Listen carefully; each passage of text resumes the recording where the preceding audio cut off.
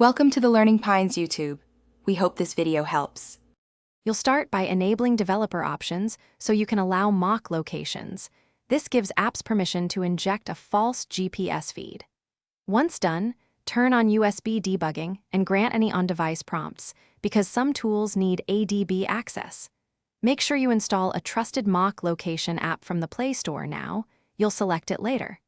These steps open the system to location overriding, and they prevent permission errors when you begin the location spoofing process.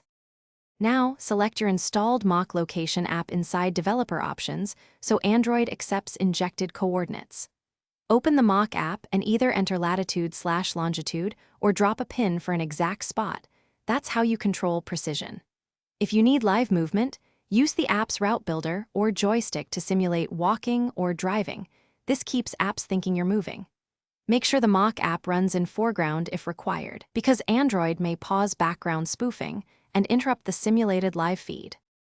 Finish by setting location mode to high accuracy, then restart the target apps so they read the new GPS feed. If an app detects spoofing or refuses location, clear its cache, close it, restart your phone, and re-enable the mock app. This often resolves permission or caching flags. Also verify Google Play services and GPS signal aren't interfering. Test with a simple location check app to confirm coordinates update. If problems persist, undo developer changes and repeat steps carefully to isolate the issue. Thanks for watching. Consider subscribing if we helped you.